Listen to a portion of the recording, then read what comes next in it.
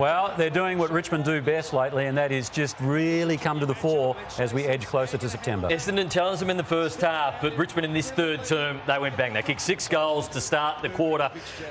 First 6 goals. Lynch kicked 3 in a row. McIntosh kicks one there. Bolton kicked a nice one, and they just flex their muscles. So when you've got this man in the form he's in, so he's kicked 21 goals in his last 5, and then you got Rewalt, you got Cumberland, who's getting the 3rd or 4th tall. Their forward line at the moment, if they can hold up in the back end, they're going to be hard to beat in September, but they are playing some great football and it'll be scary for other sides at the moment. So Essendon started the season with a 66-point loss to Geelong, and they finished the season with a 66-point loss to Richmond. So let's take a look at the comparisons of this. So this is round 1. Let's take you back. Zach Merritt, we highlighted this on the Sunday Footy Show. Where's the pressure in round 1, early in the game, 7-0.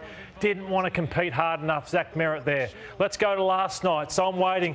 Big week for Ben Rutten and their coach. Let's see how aggressive Durham wants to be early in the game. No, not good enough there. Then let's look at the pressure. How close does Zerk Thatcher want to be on his opponent? Jack Rewalt, not close enough. And then what happens? The ball goes straight down. Cumberland kicks the first goal of the game. So that's competitiveness. Let's look at system of the Bombers last night. So the ball goes inside. I'm asking, how is it? The fat winger, great spot, versus one player. Ball comes to ground. You're not in a great spot. Let's look how Essendon are set up structurally. So you've got a player breaking out, lines here. Look at him, he's already pointing. What's this player doing? Ridley is in no man's land, which we saw for a lot of the season. The ball goes over the top. That's an embarrassing goal. So we've got competitiveness. We've got system that's been right off from round 1, right off. And then this one, we started round 1. How bad are they at the stoppages, the Bombers? Unorganised at the stoppage, round 1. Dangerfield straight down the middle, kicks a goal. Has that improved over 23 weeks? No, it didn't. Last night, stoppage, Cochin organised with Prestia. Ball goes inside forward 50 and Cumberland kicks another goal. So to me, across 23 rounds, nothing changed from round 1. They weren't prepared. Round 23, they were still all over the shop. So it's that's why change needs to occur at the club. Well done, Lordo. Outstanding vision. Sorry, can I just, before you move on, change needs to occur at the club. Yeah. The coach? Yes. I'm talking, the coach and also more than that, which will happen from this week on, which I look forward to hearing Damo talk about very shortly. Yeah, OK, but just on the record, you advocate that the coach should be moved on? Yes, that's right, yeah. Said that a couple of times, I think, this week. TJ, Tom Lynch was awesome again last night. He kicked 5, he kicked 3 in the third quarter. The only issue is an adductor issue that he went to the bench with, and we'll wait and see. Feel like the week off before the finals is going to perfectly suit him. But they're on fire, really, Richmond, with what they have done, and they're heading into the final series in as good a form as probably most teams other than Geelong. Now, that man there, he kicked 60 goals for the year. He's missed 4 games. He's kicked 28 in his last 4, and he's the most imposing key forward in the game right now. So what a weapon he's going to be. Damo, if they can get him up for that first final. Yeah, I reckon that was a precaution, Kane. I mean, they've got the week off as well. There haven't been too many nice moments at all for Essendon this year, but there was one last night with Michael Hurley coming in for his final game of football after all the illness and health issues he's had in the past 2 years, and managed to slot a goal too in his final game, and Richmond did it the just service that it required, because it was a good moment, a nice moment in a team that hasn't had too many of them at this particular point in time. OK, so Essendon in a complete mess at the moment. We'll head out to the hangar a little later on.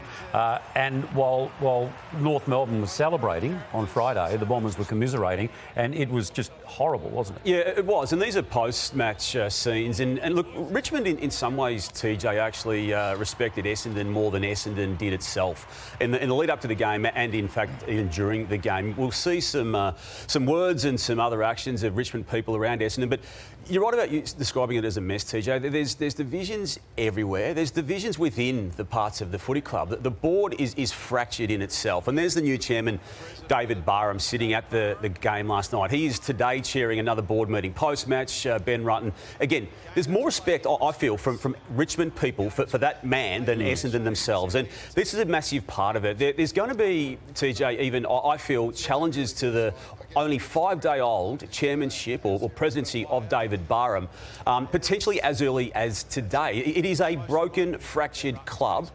that will resolve some issues today with Ben Rutten when they make a determination on his particular future. But you can see Xavier Campbell there in the foreground, Chief Executive Officer. There is a disconnect between the administration and the board. And we learnt on Friday, TJ, that there was a massive pushback from the playing group to David Barham when he attempted to explain the embarrassing actions of the week in what they did and subjected their own coach, Ben Rutten, to. Well, let's just stick with David Barham for a moment, because we've all known him for a long time because of his role in sports media broadcasting.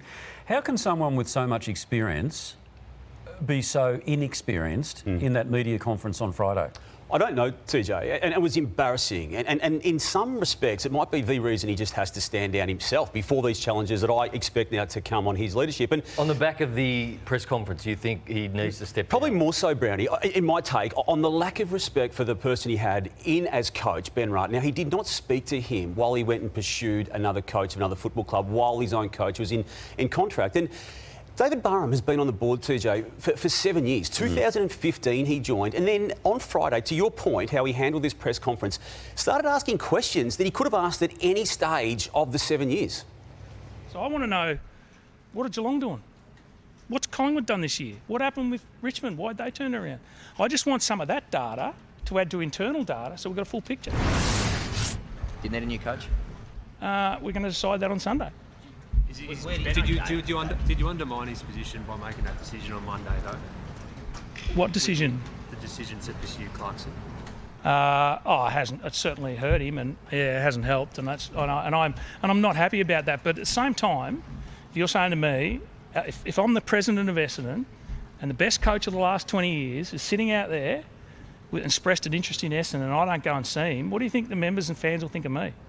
So he wants to ask the question, what has Geelong done, what has Richmond done? Will they treat their own people far better than he's treated his people in the short 5 days he's been in charge of the football club? That would be the starting point, I would think, and he doesn't need to go and have a look at what they've done in order to know that. Can I ask you who would be challenging him? You're saying stand down. To me, he didn't have a great press conference. He didn't handle Ben Rutten well enough, but to me, he's standing up for change that needs to happen at the football club. So Dave, to me, is a high-quality person.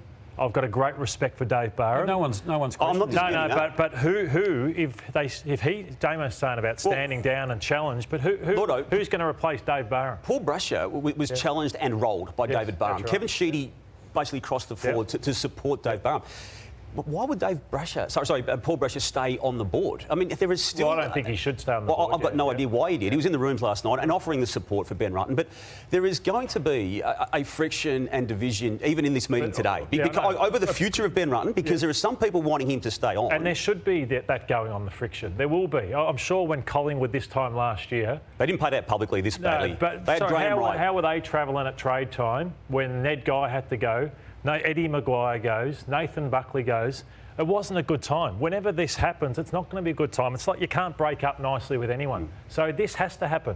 And I'm behind Dave Barham. Yes, he handled that poorly, but he's making change for what he believes is for the best for the club. I think it needs to happen. It's been long overdue. Yes, he's been on the board for 7 years, but he's watched this for 7 years and It's a long time. I know he has, but he hasn't been able to get. Because he hasn't had control. Now he's in control. Of a fractured board. Yeah, that's right. But it has to be fractured for him to get to where he needs to get to. I wouldn't use the word control and David Barham this week. So who's taking control back?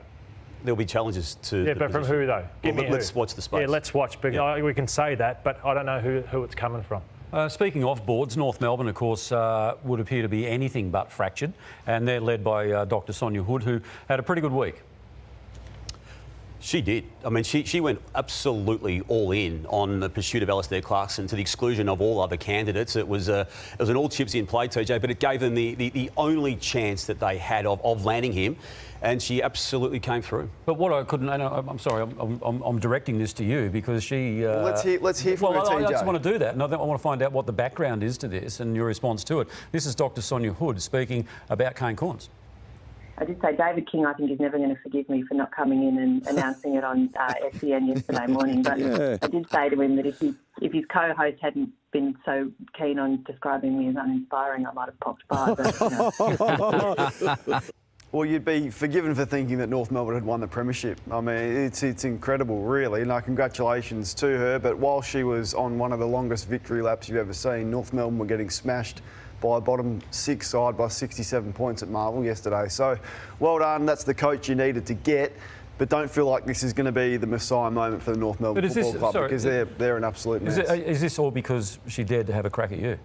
Not at all, TJ. Do you agree that they won 2 games for the year with a percentage of 60, and they've been one of the worst teams in the competition? So well done for getting But hang them. on, but you can't blame the president or anyone else at the club for being excited on Friday. I didn't say that. Yeah, on Friday, and what happened yesterday. So it's all well and good to get that, and they've landed the plane, and well done. But I'm telling you, it's not going to solve all of the problems. So there's been a lot of carry on since Friday, and well done. That was yesterday morning, and doing the media rounds and all the social media posts. But this is a football club that's in a lot of trouble and needs that's why they got Alistair Clarkson. Needs a lot more than Alistair Clarkson, and that is what I'm saying. So whilst the victory lap was going on, the performance yesterday was once again embarrassing from North Melbourne. All right then.